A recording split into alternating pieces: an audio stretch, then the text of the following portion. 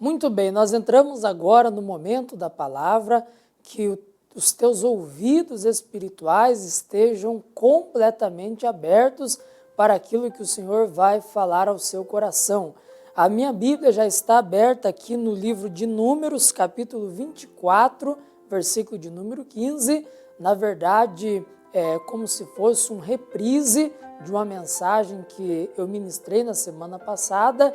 Esse material será usado posteriormente para abençoar muitas outras vidas. Por isso que eu estou retomando aqui a lição.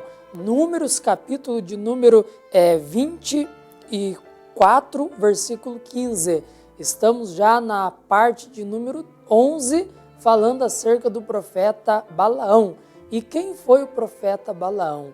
Foi um profeta vendilhão, por assim dizer, que foi seduzido pelas riquezas, foi seduzido pelos prazeres deste mundo e acabou se desviando do propósito que Deus tinha para ele. Ele queria porque queria alcançar as riquezas a todo custo, mesmo se fosse necessário para isso abrir mão do ministério que Deus deu para ele. É uma triste decisão quando uma pessoa desiste do chamado que o Senhor deu para ela por conta de um desejo insaciável de obter lucros e enriquecer. Olha o que diz aqui em Números capítulo 24, versículo 15. Então alçou a sua parábola e disse: fala Balaão, filho de Beor, e fala o homem de olhos abertos. Fala aquele que ouviu os ditos de Deus, e o que sabe a ciência do Altíssimo, o que viu a visão do Todo-Poderoso, caído em êxtase e de olhos abertos. Vê-lo-ei, mas não agora. Contemplá-lo-ei, mas não de perto. E um cetro subirá de Israel, que ferirá os termos dos moabitas, e destruirá todos os filhos de Sete. Eu já disse aqui que esse profeta viveu 1500 anos antes de Cristo. E ele sabia como atrair a presença de Deus para perto dele. Ele ofereceu a Deus 3 sacrifícios, e em cada um desses sacrifícios foi imolado e degolado 7 animais, 7 cordeiros e 7 novilhos. A Bíblia diz que tão logo que o sangue do animal era aspergido, derramado sobre o altar, Deus vinha e se encontrava com ele. E quando Deus descia e se encontrava com ele, ele era usado para anunciar coisas que aconteceriam com a vinda de Jesus Cristo, o nosso Senhor. É por isso que no versículo que nós limos aqui, o 16, a palavra de Deus até diz que ele era um homem de olhos abertos, que via a visão do Todo-Poderoso. Antes os olhos dele era cego. Haja vista que quando o anjo do Senhor se apresentou a ele com a espada desembainhada, a palavra de Deus diz que ele não enxergava apenas a jumenta em que ele estava montado, enxergava aquela cena. Agora os olhos dele estavam abertos. Os olhos dele estavam conseguindo enxergar ao longe o que Deus faria com a humanidade através de Jesus Cristo. O que eu quero ressaltar aqui como primeira lição é que todos os profetas do Antigo Testamento, eles não devem ser ignorados naquilo que eles disseram. Esses dias até uma pessoa me cercou e ela disse: pastor, eu não acredito nas profecias do Antigo Testamento, eu fico somente com os escritos apostólicos da era da igreja, do primeiro século. Até muitas coisas que Jesus disse antes da sua crucificação, eu desconsidero. Eu disse: meu amigo, mas você não sabe que tudo aquilo que os profetas falaram, eles falaram acerca de Jesus? Então, por que você está desconsiderando essa parte da palavra de Deus tão importante?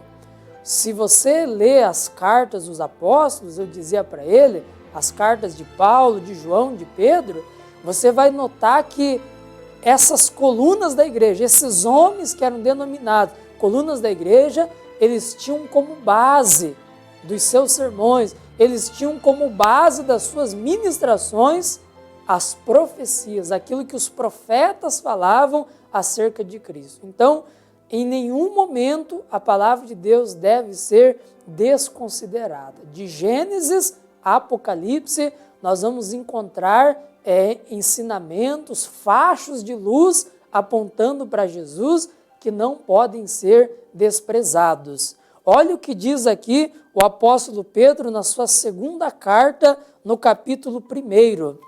Segunda carta de Pedro, capítulo 1. Eu vou acompanhar aqui com você uma breve leitura a partir do versículo 19. 2 Pedro, capítulo 1, versículo 19. Olha o que disse o líder da igreja primitiva. E temos muito firme a palavra dos profetas. Então, o apóstolo Pedro diz, nós temos como muito firme as palavras dos profetas. Não ignoramos, não deixamos de lado, não fazemos vista grossa aquilo que eles disseram. A qual bem fazeis em estar atentos. Aqueles que atentam para aquilo que os profetas disseram de Cristo estão fazendo um bem tremendo para a sua alma. Como a uma luz que alumia em lugar escuro. Essa palavra traz iluminação, traz entendimento, até que o dia esclareça e a estrela da alva apareça em vosso coração. Essa estrela da alva aqui é o Senhor Jesus. Quando nós partirmos dessa vida e formos morar na Nova Jerusalém Celestial, a Bíblia diz que lá não haverá necessidade de haver sol, pois a glória do Cordeiro e a glória de Deus é que alumiam toda a cidade. Então, os escritos dos profetas, eles nos dão pequenos fachos de luz. Até mesmo os escritos do Novo Testamento não são toda a luz que nós teremos. Onde o ser humano encontrará toda a luz, todo o conhecimento acerca de Deus e de Cristo? Só quando nós partirmos dessa vida e formos morar na Nova Jerusalém. Aí sim, nós vamos ter um conhecimento pleno de todas as coisas. Enquanto não chega esse dia, vamos atentar para aquilo que os profetas disseram, vamos atentar para os evangelhos de Jesus e aprender como a viver neste mundo, seguindo o seu exemplo, o seu modelo, e vamos atentar para os escritos dos apóstolos, sem desprezar nenhuma parte nem outra. E olha o que diz o versículo 20, sabendo primeiramente isto, que nenhuma profecia da Escritura é de particular interpretação. Ou seja, os autores aqui do livro santo, da Bíblia, esses 66 livros, eles não escreveram por si só, não foi uma sabedoria humana, de maneira alguma. O homem não teria capacidade de escrever palavras tão notáveis como esta aqui que eu estou segurando. Olha o que diz a continuação, porque a profecia nunca foi produzida por vontade de homem algum, mas os homens santos de Deus, pessoas que viviam uma vida consagrada, separada dos prazeres desse mundo, eles falaram inspirados pelo Espírito Santo. Olha que bonito! Tudo que está escrito na Bíblia Sagrada foi por inspiração do Espírito Santo. O autor das Escrituras é o Espírito Santo. Foi ele que deu voz a essas palavras. Foi ele que inspirou os homens a escreverem. 40 autores que viveram em épocas diferentes, em um espaço de 1400 anos, escreveram essas palavras maravilhosas. Vamos supor que nós pegássemos 40 pessoas hoje, de diversos pontos distantes do mundo, e colocássemos ela em lugares separados, em um barracão, em uma sala, e nós disséssemos para ela, olha, eu quero que vocês escrevam algo que lhe vier como inspiração, e elas escreverem. Na hora que você junta os escritos das 40, você nota que os escritos estão entrelaçados em si. É possível isso? De modo algum. Se não fosse pelo Espírito de Deus, que foi o autor inspirando esses homens, nós não teríamos esse livro tão maravilhoso, tão cheio de vida, que nos abençoa, isto é, a palavra de Deus. A palavra de Deus foi escrita em tempos remotos, distante dos nossos, mas como dizia o grande evangelista Billy Graham, que já partiu, já está com o Senhor, ela é mais atual do que o jornal que vai circular amanhã. Porque cada vez que você lê, o Senhor fala diretamente ao seu coração, como se você estivesse vivendo na época em que aquilo foi escrito. Aleluia! A palavra de Deus é a nossa bússola em meio à tempestade, ela é a lâmpada para os nossos pés, é luz para os nossos caminhos. Perde a pessoa que duvida desse livro aqui. O que foi profetizado aqui está se cumprindo. Você pode observar tudo que acontece no mundo, a maioria das coisas foi profetizado que aconteceria e tem acontecido. Quer ver só? Antigamente, defendia-se a ideia de que a Terra ela era plana. Se eu não me engano, até o filósofo Sócrates, ele deu uns indícios que viveu em 400 anos antes de Cristo, falando de que a Terra ela poderia ser plana. Também, depois de muito tempo, teve um cidadão que disse, não, a Terra é redonda. A Terra é redonda. Se nós navegarmos de um ponto A até um ponto B, nós vamos parar no mesmo lugar, provando que ela é redonda. Então, quer dizer, pessoas sábias e inteligentes fizeram um monte de experimentos científicos, um monte de ideias, pesquisaram muitos e muitos anos e séculos para chegar à conclusão hoje que a Terra é redonda. No entanto, preste atenção no que eu vou dizer. Em Isaías, capítulo de número 40, está escrito que Deus está sentado sobre o globo da terra.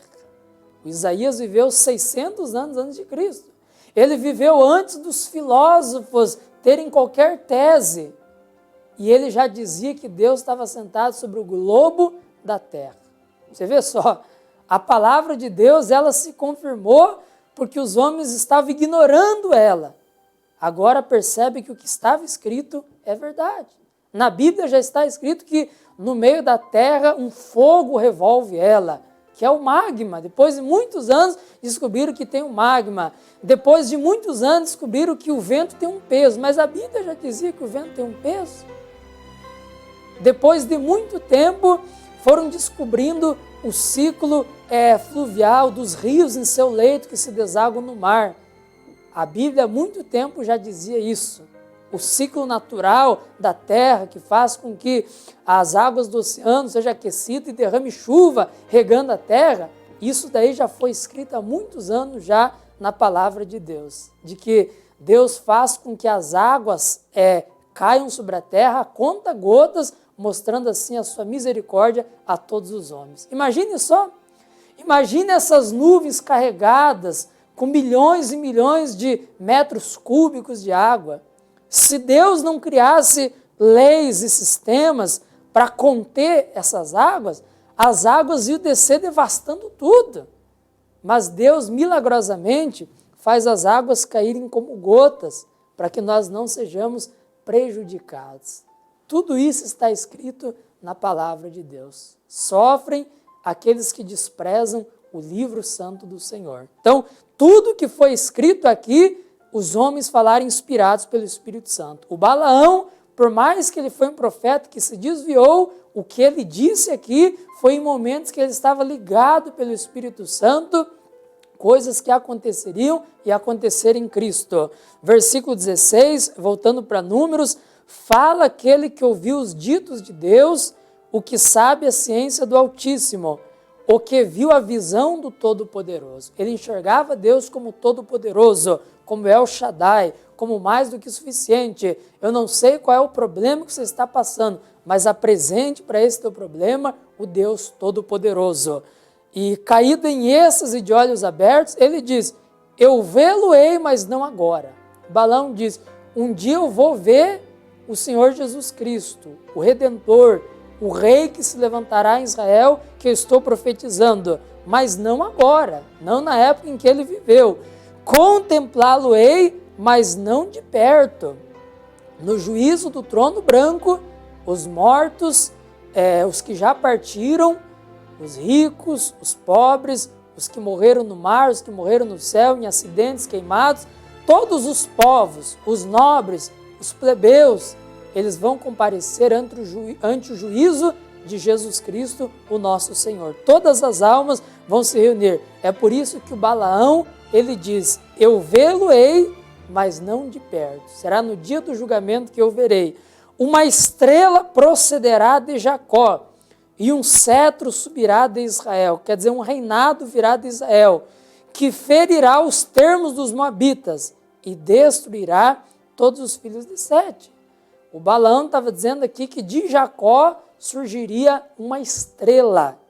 Você pode notar que no nascimento de Jesus, os magos vieram do Oriente porque viam a sua estrela.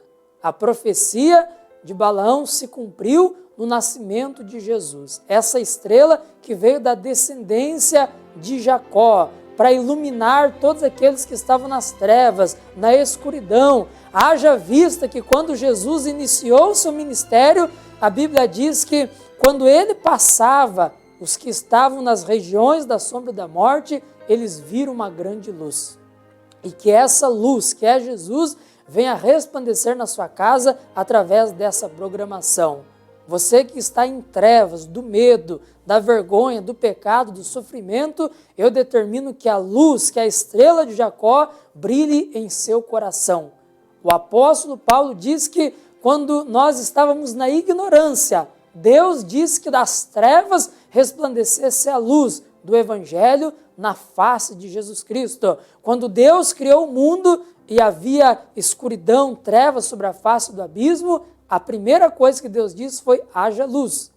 Haja luz era Cristo, porque Jesus é a palavra de Deus. Então Jesus, a palavra de Deus, quando você entra em contato com ela, ela é luz para você. Ela dissipa as trevas que estão na sua vida. Trevas do pecado, trevas da doença, trevas da depressão, trevas do sofrimento, do vício. Que a luz de Deus resplandeça na sua casa é o que eu determino. Em Apocalipse 22:16, o próprio Jesus confirmou que ele é a estrela da manhã. Apocalipse 22:16. Eu, Jesus, enviei o meu anjo para testificar essas coisas nas igrejas. Eu sou a raiz, a geração de Davi, a resplandecente estrela da manhã.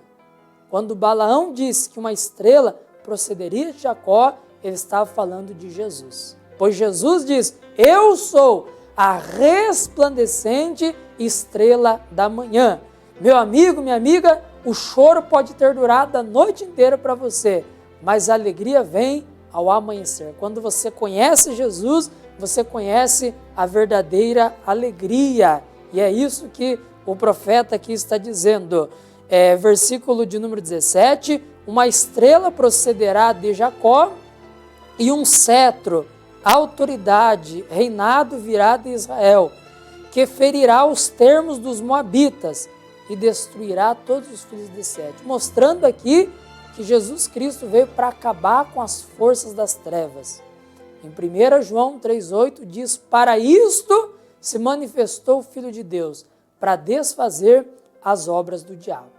Onde quer que haja na sua vida uma obra do diabo, Jesus Cristo veio para desfazer. A doença é uma obra do diabo que Jesus Cristo quer desfazer em sua vida. A miséria é uma obra do diabo. Nunca foi da vontade de Deus que os seus filhos padecessem necessidade. Pois bem, Jesus veio para desfazer essa obra do diabo. A insônia e como tantos outros problemas físicos, emocionais e espirituais, eles serão desfeitos para a glória de Deus. Aí, continuando o versículo 18, para a gente encerrar, e Edom será uma possessão. Os edonitas eram os descendentes de Esaú.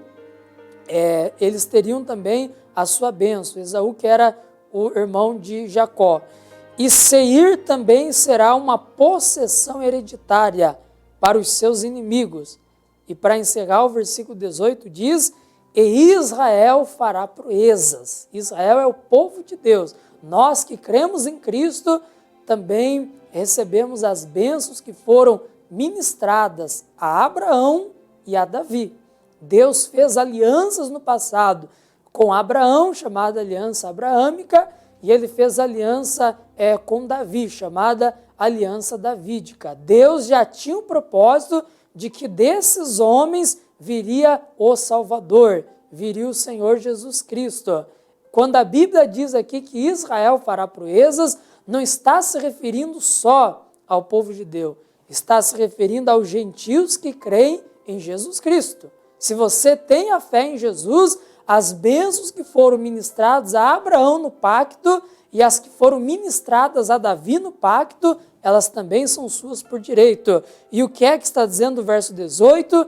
Que você pode fazer proezas. Em Deus, meu amigo, minha amiga, você pode fazer proezas, fazer coisas inimagináveis, fazer coisas que estão além da sua capacidade. Na verdade, você julga que algumas coisas são difíceis e impossíveis, mas para aquele que crê, tudo é possível.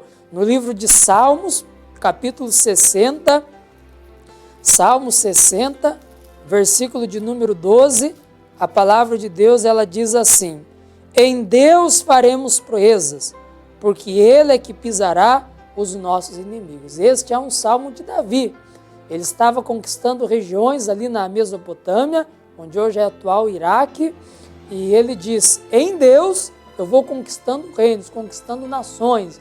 Ele é o Jeová Nissi, a bandeira da minha vitória. Ele é aquele que guerreia as minhas guerras. Em Deus eu farei proezas. Chegarei em lugares inalcançáveis. Eu alcançarei coisas que jamais julgava poder alcançá-las. E Deus é que se encarregará de pisar os meus inimigos. Você pode. Você pode, no tempo da crise, do aperto, ter uma ideia inovadora que será o seu ganha-pão, a sua fonte de renda. Pare de ficar olhando as dificuldades, choramingando, reclamando da vida, achando que tudo está acabado. Talvez você diz: pastor, eu fui mandado até embora do emprego. Como eu vou conseguir um novo emprego no momento, na época em que estamos vivendo? Em Deus você fará proezas e Ele pisará os seus inimigos. É possível sim. Se você confiar no Senhor, Ele vai adiante de você, abrindo as portas que estão fechadas, para que você tenha o sustento de cada dia, e bem como possa também cuidar de toda a sua casa. Deixe-me orar agora. Pai, em nome de Jesus Cristo, nós te agradecemos pela sua palavra. O profeta Balaão, ele enxergou coisas que aconteceriam com a vinda de Cristo. Ele disse: uma estrela procederá de Jacó, e essa estrela é o próprio Jesus. Jesus mesmo garantiu em Apocalipse 22:16, eu sou a resplandecente estrela da manhã. Jesus é a estrela, é essa luz que veio para dissipar as trevas em nossa vida, em nossa existência. Venha, amado nosso, e alcance cada pessoa que está me assistindo agora. Eu não estou aqui falando em meu nome palavras de sabedoria humana. Eu estou aqui compartilhando a palavra do Senhor, compartilhando o recado dos céus, as páginas desse livro santo que eu seguro.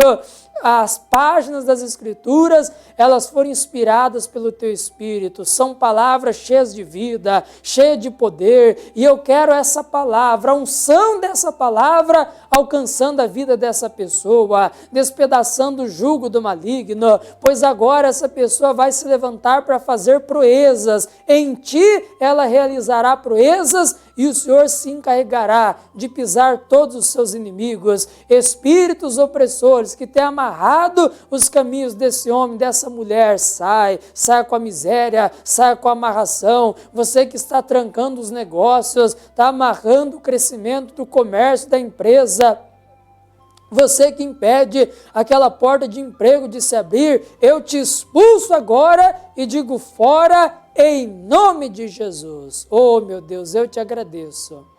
Com o ministro da tua palavra, eu creio que o Senhor confirma o que é pregado e o que é ministrado. E essa pessoa, com fé, recebe agora a sua bênção. Glórias ao Pai, ao Filho e ao Espírito Santo de Deus. Aleluia! A única coisa que você precisa fazer é crer na palavra de Deus.